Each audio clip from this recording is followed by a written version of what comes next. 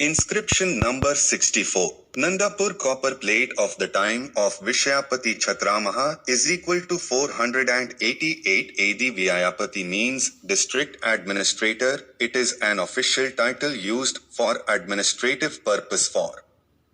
Nanda-pur copper plate of the time of Vishayapati chhatra-maha is equal to 488 AD. Vishayapati means district administrator. It is an official title used for administrative purpose for management of various townships in ancient India.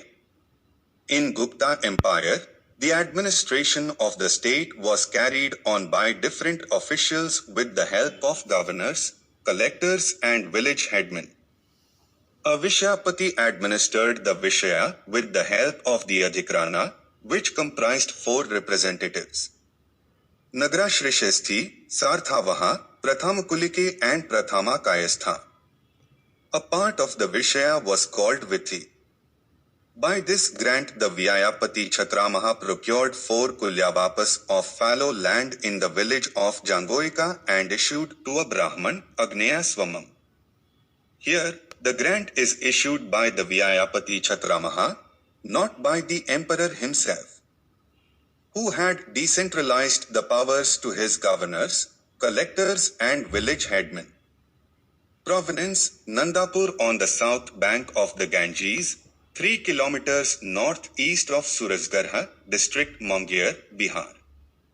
Script, Western variety of Gupta Brahmi of 5th century AD. Language, Sanskrit. English translation of the inscription. Hail! From the royal grant of Ambila village, the Board of Administration in confidence, informs and writes. After enquiring about their well-being to the Brahmanas and the householders headed by the judicial officers at the village of Jango-yika, chhatra-maha, the chief of the Vishaya petitions to us, I desire to give in charity, after purchasing 4 kulya-vapas of fallow fields for the increase of my own religious merit to the Brahmana svamin, a student of chhandoga charana of the sama-veda.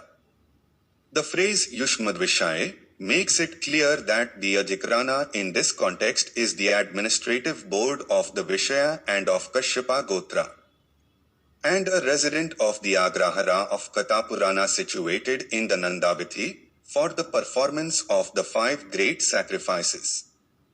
And in your Vishaya prevails the custom of sale at the rate of 2 dinaras per kulya-vapa of fallow fields, originally devoid of vegetation, yielding no revenue, and enjoyable eternally as long as the moon, the sun and the stars last, under the provision of a perpetual endowment. So you are requested to please grant in perpetual endowment through a copper charter 4 kulya-vapas of fallow fields in the village of Jango-yika after receiving 8 dinaras from me.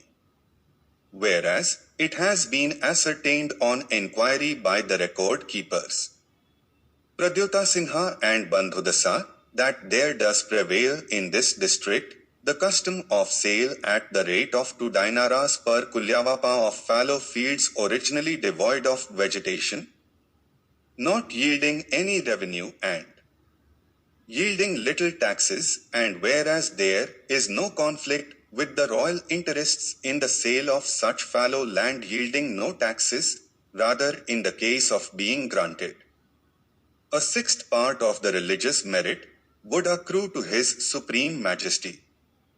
Now therefore be granted. So having realized 8 dinaras from the district head chhatra-maha 4 kulya-vapas of fallow land. They are Bali, Charu, Vaiswadeva, Agnihotra, and Atithi granted in the village of Jango-yika, to the south the chartered land of Gorakshita, and to the west of Gopali Bhoga.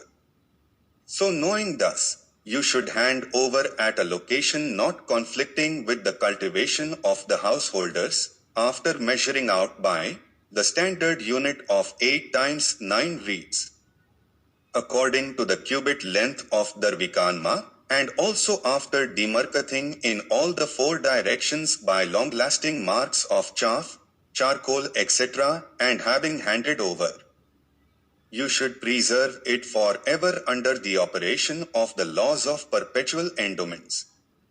And it should be preserved by the present and future administrators out of regard for piety. And so says Lord Vyasa, the year 169, the 8th day of the bright fortnight of Vaisakha.